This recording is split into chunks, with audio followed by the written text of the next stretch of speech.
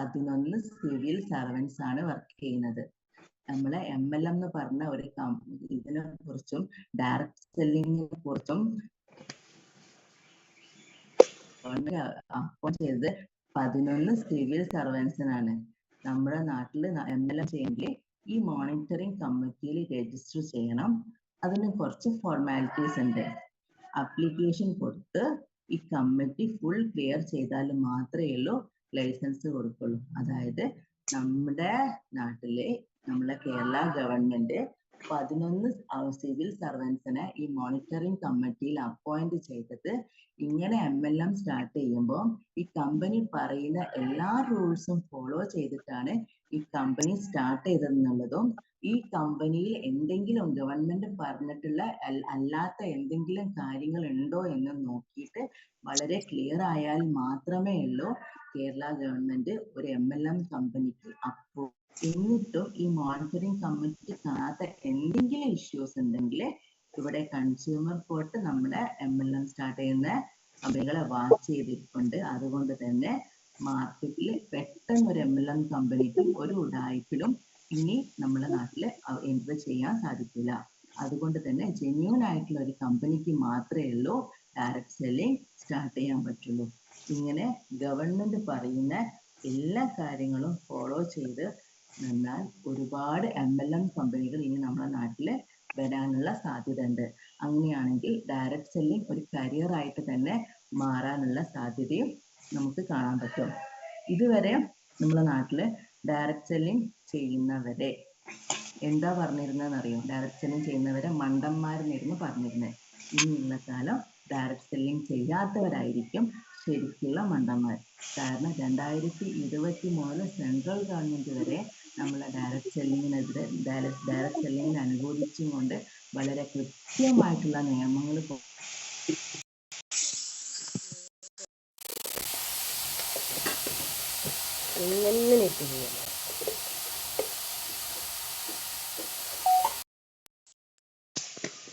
ചെയ്യാൻ വേണ്ടിയിട്ട് നമുക്ക് ഡയറക്ട് സെല്ലിംഗ് ഇനി സ്റ്റോപ്പ് ചെയ്യണമെങ്കിൽ ഇന്ത്യയിലെ പാർലമെന്റിന് മാത്രമേ കഴിയുള്ളൂ. ഇന്ത്യൻ പ്രസിഡന്റ് നമ്മുടെ ഡയറക്ട് സെല്ലിംഗ് അപ്രൂവൽ ഒപ്പിട്ട് കഴിഞ്ഞതാണ്. നമ്മുടെ കോർട്ടും പാർലമെന്റും ഇന്ത്യൻ പ്രസിഡന്റും അംഗീകരിച്ചു കഴിഞ്ഞിട്ടുണ്ട് നമ്മൾ MLM. ഇനി ഫ്യൂച്ചറിൽ MLM-ന് ഒരു സ്പെഷ്യൽ ലോ തന്നെ വരും. ഇനി വേറെ കുറച്ച് കാര്യങ്ങൾ പറഞ്ഞുതരാം. എന്താണ് നമ്മളൊരു കമ്പനി, എങ്ങനെയാണ് ഒരു MLM കമ്പനി നമ്മൾ ചൂസ് ചെയ്യുക എന്നുള്ളതാണ്. നമ്മളൊരു MLM കമ്പനി ചൂസ് ചെയ്യണമെങ്കിൽ ആ കമ്പനിന്റെ പ്രോഡക്റ്റ് നോക്കണം. കൺസ്യൂമബിൾ പ്രോഡക്റ്റ് ആണോ നോക്കണം. അതായത് യൂസ് ചെയ്യാൻ പറ്റുന്ന പ്രോഡക്ട്സ് ആണോ എന്നുള്ളത്. അങ്ങനെയുള്ള പ്രോഡക്ട്സ് ഇത് അഫോർഡബിൾ ആണോ നോക്കണം. റിപ്പീറ്റബിളും റീപർച്ചേസബിളും ആണോ നോക്കണം. നമ്മളൊന്ന് ആലോചിച്ച് നോക്കിയാൽ നമ്മുടെ ഫിജിക്കാർട്ടിന്റെ പ്രോഡക്ട്സ് ഈ പറയുന്ന ക്വാളിറ്റീസ് ഒക്കെ ഉള്ളതാണോ എന്നുള്ളത്. കൺസ്യൂമബിൾ പ്രോഡക്ട്സ് അല്ലേ നമ്മുടെ ഫിജിക്കാർട്ടിലുള്ളത്. ഇത് അഫോർഡബിൾ അല്ലേ നമുക്ക്. പേസ്റ്റ് ഒക്കെ നമുക്ക് യൂസ് ചെയ്യാൻ പറ്റുന്നതും പിന്നീട് വാങ്ങിക്കാൻ പറ്റുന്നതല്ലേ. റിപ്പീറ്റബിളും റീപർച്ചേസബിളും ആണ് നമ്മളെ കമ്പനി. നമ്മളെ കമ്പനിയിലെ മാനേജ്മെന്റ് ബാക്ക്ഗ്രൗണ്ട് നല്ല സ്ട്രോങ് 3 പില്ലേഴ്സ് ഇല്ലേ നമ്മളെ മാനേജ്മെന്റിലെ. Anush sir, Jolly sir, Bobby sir. പിന്നെ നമ്മുടെ കമ്പനിന്റെ എയിം എന്താ, നമ്മളെ പ്ലാനിൽ വൃത്തിക്ക് പറയുന്നുണ്ട് കമ്പനിന്റെ എയിം എന്താന്നുള്ളത്. നമ്മളെ കമ്പനിന്റെ ക്രെഡിബിലിറ്റി പറയുന്നുണ്ട്. നമ്മളെ കമ്പനി നമുക്ക് ട്രെയിനിങ് തരുന്നുണ്ട്. നമ്മളെ കമ്പനിക്ക് വിഷൻ ഉണ്ട്, മിഷൻ ഉണ്ട്. ഇതെല്ലാം നിയമം വന്നിട്ട് ലീഗലി ഉള്ള ഒരു കൺസ്യൂമർ അഫയർ മിനിസ്ട്രി നമ്മളെ കൺസ്യൂമർ അഫയേഴ്സ് ലിസ്റ്റില് നമ്മളെ കമ്പനി ലിസ്റ്റ് ചെയ്യപ്പെട്ടിട്ടുണ്ട്. നമുക്ക് കംപ്ലൈന്റ് ഉണ്ടെങ്കിൽ മോണിറ്ററി മെക്കാനിസത്തിൽ റിപ്പോർട്ട് ചെയ്യാം, പോസ്റ്റ് ചെയ്യാം. അവർ അന്വേഷിച്ച് നമുക്ക് നിർബന്ധമായിട്ടും റിപ്ലൈ തരേണ്ടതാണ്. കാരണം മോണിറ്ററി മെക്കാനിസം പോസ്റ്റ് ജുഡീഷ്യറി ബോഡിയാണ്. അതായത് നിയമങ്ങൾ എടുക്കാനുള്ള പകുതി അവകാശം അവർക്കുണ്ട്. അതായത് പകുതി ജുഡീഷ്യലാണ്. ഈ സ്റ്റാറ്റ്യൂട്ടിന്റെ കയ്യിൽ വരുന്നവരാണ്. എല്ലാ പവറും ഈ സ്റ്റാറ്റ്യൂട്ടിന്റെ അണ്ടറിൽ വരുന്നവർക്ക് ഉണ്ട്. അതുകൊണ്ട് തന്നെ MLM കമ്പനിയുടെ ട്രേഡ് മാർക്കും സർവീസ് മാർക്കും എല്ലാം പ്രോഡക്റ്റിന്റെ മുകളിൽ ഉണ്ടായിരിക്കണം. ഇങ്ങനെ ഇത്രയും ക്വാളിറ്റീസും ഇത്രയും കാര്യങ്ങളും ഫോളോ ചെയ്ത് പോണ നമ്മളെ കമ്പനിക്ക് പാർലമെന്റിനല്ലാണ്ട് ഇനി ഒരു ഡയറക്ട് സെല്ലിംഗ് നിർത്തലാക്കാൻ പറ്റൂല. എന്നിട്ടും നമ്മളെ ഇത് തട്ടിപ്പാണ് വെട്ടിപ്പാണ് പറഞ്ഞിരിക്കുകയാണ് അല്ലെ. നമ്മൾ ഓരോരുത്തരും രാവിലെ നിങ്ങൾക്ക് എത്രമാത്രം ഇത് ഡൈജസ്റ്റ് ആയിക്കണമെന്ന് എനിക്കറിയില്ല. കാരണം ഒരു ലോ ക്ലാസ് പോലെ തോന്നിയോന്ന് എനിക്കറിയില്ല. പക്ഷെ സ്ക്രീനിൽ കാണുന്നവരെല്ലാവരും ഒരുപാട് പേര് ശ്രദ്ധിച്ചിരിക്കുന്നവരുണ്ട്. ഇത് ഒരൊറ്റ പ്രാവശ്യം കേട്ടത് കൊണ്ട് ഡൈജസ്റ്റ് ആവുകയില്ല. കാരണം കുറെ നോട്ട് ചെയ്ത് എടുക്കാൻ പറ്റുന്നതിന് ലിമിറ്റേഷൻസ് ഉണ്ട്. പക്ഷെ ഞാൻ പറയുന്ന ഈ കാര്യങ്ങളൊക്കെ ഒരുപാട് പോയിന്റ്സ് ആയിട്ട് ഞാൻ ഇവിടെ പറഞ്ഞു അല്ലെ. നമ്മളെ കമ്പനീനെ കുറിച്ചിട്ടോ നമ്മളെ കമ്പനീന്റെ സ്പേസിനെ കുറിച്ചിട്ടും എന്താ പറയണ്ടേ. ഞാൻ തന്നെ ഇതിനു വേണ്ടിയിട്ട് സെർച്ച് ചെയ്ത് നോക്കിയപ്പോ എനിക്ക് പോലും അറിയാത്ത ഒരുപാട് കാര്യങ്ങൾ എനിക്ക് കിട്ടി. ലീഗൽ സർവൻസ്, നമ്മളെ സിവിൽ സർവൻസ് ആയിട്ടുള്ള 11 പേരാണ് നമ്മളെ മോണിറ്ററിംഗ് ഡിപ്പാർട്ട്മെന്റിൽ വർക്ക് ചെയ്യുന്നത്. ഇത്രയും ഇയേഴ്സ് ആ ലെവലിലുള്ള ആളുകൾ നമ്മളെ കമ്പനീനെ വാച്ച് ചെയ്തുകൊണ്ടിരിക്കുകയാണ്. നമ്മുടെ ഡയറക്ട് സെല്ലിംഗ് MLM കമ്പനീനെ വാച്ച് ചെയ്തുകൊണ്ടിരിക്കുകയാണ്. ഈ ഡയറക്ട് സെല്ലിംഗ് ഇനി നിർത്തലാക്കാൻ പാർലമെന്റിന് മാത്രമേ കഴിയുള്ളൂ. നമ്മളെ പ്രസിഡന്റ് വരെ ഇത് സൈൻ ചെയ്ത് കഴിഞ്ഞ് കോർട്ടിന്റെ അപ്രൂവലും പ്രസിഡന്റിന്റെ അപ്രൂവലും പാർലമെന്റ് അപ്രൂവലും കിട്ടിക്കഴിഞ്ഞു. നമ്മളെ സ്റ്റേറ്റ് ഗവൺമെന്റ്, നമ്മളെ കേരള ഗവൺമെന്റ് ആണ് MLM ഇത്രയും ഇമ്പോർട്ടൻസ് കൊടുത്ത് മുന്നോട്ടേക്ക് കൊണ്ടുപോകണേ. ഇങ്ങനെ എല്ലാം കൊണ്ടും ലീഗലി ഫിറ്റ് ആയിട്ട് നിൽക്കുന്ന നമ്മളെ കമ്പനിയാണ് നമ്മൾ ഇപ്പോഴും നമുക്ക് നടക്കുന്നില്ല, വർക്ക് ആവുന്നില്ല പറയുന്നത്. ബെസ്റ്റ് ടൈമാണ് നമുക്കിവിടെ വർക്ക് ചെയ്യാൻ പറ്റിയ. ഇനി അങ്ങോട്ട് എന്ന് പറഞ്ഞാൽ MLM കാലഘട്ടമാണ്. MLM സ്പെഷ്യൽ ലോ തന്നെ വരാൻ പോവുക. ഗവൺമെന്റ് പറഞ്ഞു, കേരള ഗവൺമെന്റ് പറഞ്ഞു 67,000-70,000 കോടി ടേൺ ഓവർ ആണ് ഇനി ഡയറക്ട് സെല്ലിങ്ങിലൂടെ നമുക്ക് ഉണ്ടാവാൻ പോകുന്നത്. 70% പോപ്പുലേഷൻ ഉണ്ട് ഇനിയും ഇങ്ങനെ ഡയറക്ട് സെല്ലിംഗ് മാർക്കറ്റിംഗ് ചെയ്യാത്ത ആളുകൾ. ഇത്രയും ആളുകളെ നമ്മളെ മുമ്പിൽ ഉണ്ടാവുമ്പോൾ കമ്പനിക്ക് ഇത്രയും ക്വാളിറ്റീസ് ഉണ്ടെങ്കിൽ, കമ്പനി ഇത്രയും ലീഗലി അപ്രൂവ് ചെയ്ത് പോകുന്ന ഒരു കമ്പനിക്ക് ഉണ്ടായിരിക്കേണ്ട എല്ലാ, ഗവൺമെന്റ് പറഞ്ഞ എല്ലാ ക്വാളിറ്റീസും നമ്മളെ കമ്പനിക്ക് ഉണ്ട്. നല്ല സ്ട്രോങ് പില്ലേഴ്സ് ആയിട്ടുള്ള മാനേജ്മെന്റ് ഉണ്ട് നമ്മളെ കമ്പനിക്ക്. കമ്പനിയുടെ ഗൈഡ് ലൈൻസ് പക്കാണ്. കമ്പനിയുടെ ഇൻകം പ്ലാൻ പക്കാണ്. നമുക്ക് ഡെയിലി പേ ഔട്ട് ആണ്. ഡെയിലി പേ ഔട്ട് ആണ്. ഇന്ന് വർക്ക് എടുത്താൽ ഇന്ന് തന്നെ കമ്പനിക്ക് ഇൻകം കിട്ടുന്നത്. എല്ലാം കൊണ്ടും ഒന്ന് ചിന്തിച്ചു നോക്കിയാൽ നമ്മളെ ലൈഫും നമ്മളെ ഫാമിലിയും നമ്മളെ തലമുറയും സേഫ് ആയിട്ട് വെക്കാൻ പറ്റിയ ഒരു അടിപൊളി കൺസെപ്റ്റ് ആണ്.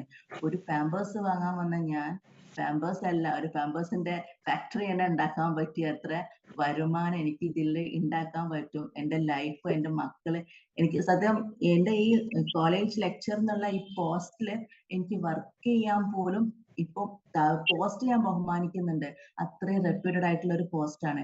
പക്ഷെ അതിനേക്കാൾ കൂടുതൽ ഇൻകം, ഒരുപാട് ആളുകളെ രക്ഷപ്പെടുത്താൻ പറ്റുന്ന ഒരു കൺസെപ്റ്റ് ആണിത്. നമ്മളൊരാൾ വന്നു കഴിഞ്ഞ് നമ്മൾ ഒരാളോട് പറയാൻ പോകുമ്പോൾ ആൾക്ക് പെടുത്താനാണോ വന്നത് എന്നുള്ള ഭാവമാണെങ്കിൽ ഇത് പെടുത്താനുള്ളതല്ല, നിങ്ങളെ രക്ഷപ്പെടുത്താനുള്ളതാണെന്ന് പറഞ്ഞ് മനസ്സിലാക്കി കൊടുക്കേണ്ട എല്ലാ പോയിന്റ്സും ഒന്ന് ഞാൻ അവിടെ പറഞ്ഞു തന്നിട്ടുണ്ട്.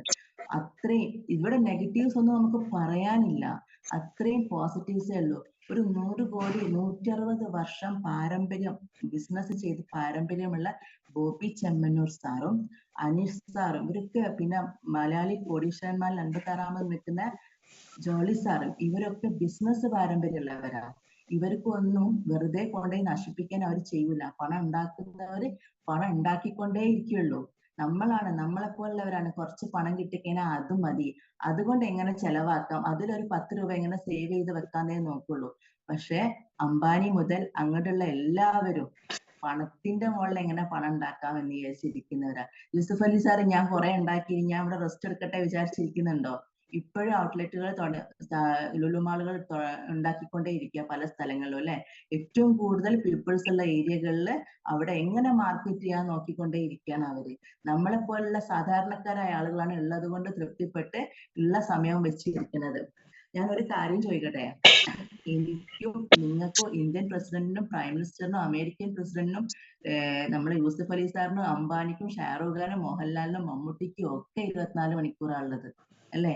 നമുക്ക് എല്ലാവർക്കും 24 മണിക്കൂറാണുള്ളത്. നമ്മൾ എന്ത് ചെയ്യുന്നു, അവരെന്ത് ചെയ്യുന്നു? ഒരു 24 മണിക്കൂർ കൊണ്ട് കോടികൾ ഉണ്ടാക്കുന്ന ആളുകളുണ്ട്, കിടന്നുറങ്ങി ആയുസ് തീർക്കുന്ന ആളുകളുണ്ട് അല്ലെ. പല പ്രമുഖന്മാരും പറഞ്ഞിട്ടുണ്ട് എന്തെന്നറിയോ, ഏറ്റവും കുറഞ്ഞ ഉറങ്ങുന്ന ആളുകളാണ്. ഞാൻ അംബാനിക്കാണ് തോന്നുന്നു, അംബാനി സാറിനാണെന്ന് തോന്നുന്നു, അവർക്ക് 3 മണിക്കൂർ മതി ഉറങ്ങാനെന്ന് ഞാൻ കേട്ടിട്ടുണ്ട്. കാരണം ബിസിനസ് ചെയ്യുന്നവർക്ക് പണം ഉണ്ടാക്കുന്നവർക്ക് ഉറങ്ങാൻ താല്പര്യമില്ല.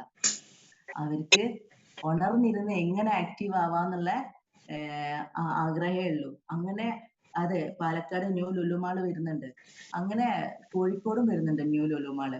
അപ്പൊ അങ്ങനെ അവര് വർക്ക് ചെയ്തോണ്ടേ നിക്കുക. നമ്മളാണ് ഒരാഴ്ച അത്യാവശ്യം വേണ്ട ഒരു മാസം സാലറി കിട്ടിക്കഴിഞ്ഞാൽ അതിലൊരു 1000 2000 മാറ്റി വെച്ചാൽ ഈ മാസം സേഫായി, അത് മാറ്റി വെക്കാൻ പറ്റിയാന്ന് വിചാരിച്ചിരിക്കുന്നത്.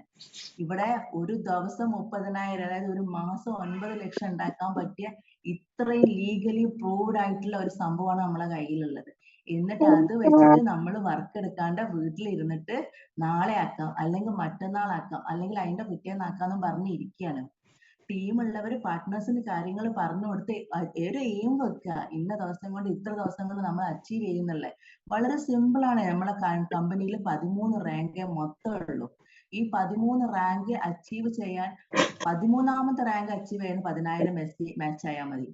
ഈ 10,000 SC മാച്ച് ആവണമെങ്കിൽ നമ്മുടെ ടീമിലുള്ള ആളുകളെ ഒന്ന് ബിൽഡപ്പ് ചെയ്ത് നമ്മളെ കൂടെ തന്നെ അവരെ, നമ്മൾക്ക് ഏണിങ്സ് ഉണ്ടാക്കുന്നതിനേക്കാൾ കൂടുതൽ നമ്മളെ ടീമിനെ കൊണ്ട് അവരെ എങ്ങനെ വിജയിപ്പിക്കാൻ, നമ്മളെ വിശ്വസിച്ച് നമ്മളെ കൂടെ വന്നവരെ എങ്ങനെ ലൈഫ് സെക്യൂർ ആക്കി കൊടുക്കാൻ പറ്റും എന്നുള്ളത് നമ്മൾ ചിന്തിച്ചു കഴിഞ്ഞാൽ അവരുടെ ലൈഫും സെക്യൂർ ആയി, നമ്മുടെ ലൈഫും സെക്യൂർ ആയി. നമ്മൾ ചിന്തിക്കുന്നില്ല. നമുക്ക് 1000 രൂപ, ഇന്നൊരു 1804 രൂപ നമ്മളെ അക്കൗണ്ടിൽ കയറിയ പിന്നെ ഒരാഴ്ചത്തേക്ക് നമ്മൾ പണിയെടുക്കൂല, കൊണ്ടുവന്നാലും പറഞ്ഞും കൊടുക്കൂല. 1804 രൂപ ഉണ്ടല്ലോ, അത് കഴിഞ്ഞിട്ട് മതി അടുത്തതെന്ന് വിചാരിക്കും. പക്ഷെ അങ്ങനെയല്ല. പണം ഉണ്ടാക്കുന്നവരും നാട്ടിൽ ഫേമസ് ആയിട്ടുള്ള ആളുകളൊക്കെയും തന്നെ പ്രഗത്ഭരായ ആളുകളൊക്കെ പണം ഉണ്ടാക്കാനുള്ള വഴി നോക്കിക്കൊണ്ടേ ഇരിക്കുകയാണ്. അത് ലീഗലി നമ്മളെ കയ്യില് ഒരു 23,000 രൂപ മുടക്കിയിട്ട് കോടികൾ, 15 കോടിയാണ് രജിസ്റ്റർ ഉണ്ടാക്കിയത്. അത്രയും എമൗണ്ട് ഉണ്ടാക്കാൻ ലൈഫ് സെക്യൂർ ആയിട്ട് നടക്കാൻ പറ്റിയ ഒരു സംഭവം കയ്യിൽ കിട്ടിയിട്ട് ഉറങ്ങിയും വീട്ടിലെ പണിയെടുത്തും മക്കളെ നോക്കണ്ടെന്നൊന്നും ഞാൻ പറയില്ല. എനിക്കും മക്കളുണ്ട്, നോക്കണം. എന്റെ വീട്ടിൽ നിന്ന് എന്നോട് പറയും, എനിക്കിപ്പോ ഫിജിക്കാട്ടാണ് എല്ലാം. ഞാൻ ചോദിക്കുന്ന ഒരു കാര്യമുള്ളൂ, ഫിജിക്കാട്ടില് 30 വർഷം പണിയെടുക്കുന്നതിന് പകരം 3 വർഷം നന്നായിട്ട് പണിയെടുത്താൽ ബാക്കി ലൈഫ് മൊത്തം മക്കൾ ഇവിടെ അടിച്ചു പൊളിച്ച് ജീവിച്ചൂടെ? മക്കളെ നോക്കണം, കെട്ടിയവനെ നോക്കണം, വീട് നോക്കണം, വീട്ടിലെ പണിയെടുക്കണം, എല്ലാം ചെയ്യണം, ജോലിക്കും പോണം. അതിന്റെ കൂടെ നമ്മൾ ഉറങ്ങുന്നയോ അല്ലെങ്കിൽ നമ്മൾ അല്ലാണ്ട് TV കണ്ടോ റീൽസ് കണ്ടോ ചെലവാക്കുന്ന സമയം ഒരു 10 മിനിറ്റോ 15 മിനിറ്റോ അല്ലെങ്കിൽ അരമണിക്കൂറോ നമ്മൾ മാറ്റി വെച്ചാൽ മതി. ഒരാവശ്യക്കാരിലേക്ക് നമ്മളെ ബിസിനസ് പറഞ്ഞു കൊടുക്കുക. അവർക്ക് രക്ഷപ്പെടാൻ പറ്റും, നിങ്ങൾ പറ്റുമെങ്കിൽ ജോയിൻ ചെയ്യ്. എനിക്ക് നിങ്ങൾ ജോയിൻ ചെയ്യാൻ വേണ്ടി പറയല്ല, എനിക്ക് രക്ഷപ്പെടാൻ പറ്റുന്നത് കൊണ്ട്, എനിക്ക് ഇതിൽ നിന്ന് ഇൻകം വരുന്നത് കൊണ്ട് എന്നെ പോലെ നിങ്ങൾക്കും കഷ്ടപ്പെടുമ്പോൾ അതിന്റെ കൂടെ ഒരു അഡീഷണൽ വരുമാനം ആയിക്കോട്ടെ വിചാരിച്ചിട്ട് ഞാൻ പറയാണെന്ന് പറഞ്ഞിട്ട് അവർക്ക് പ്രസന്റ് ചെയ്ത് കൊടുക്കാം. ഞാനിവിടെ ചെറിയൊരു ലൈൻസ് പറയാട്ടോ. നമ്മളെ APG സാർ പറഞ്ഞ ലൈൻസ് ആണ്. നിങ്ങൾ ചിലപ്പോൾ പലപ്പോഴും കേട്ടിട്ടുണ്ടാവും. മഴ പെയ്യുമ്പോഴേ എല്ലാ കിളികളും പക്ഷികളും കൂട് തേടിയാ പോവുക. പക്ഷെ പരുന്ത് ചെയ്യുന്നത് കണ്ടിട്ടുണ്ടോ? മേഘങ്ങൾക്ക് മുകളിലൂടെയാ പറക്കാൻ ശ്രമിക്കുക. ഇവിടെ നമ്മളെ സാഹചര്യങ്ങൾ അതാണ്.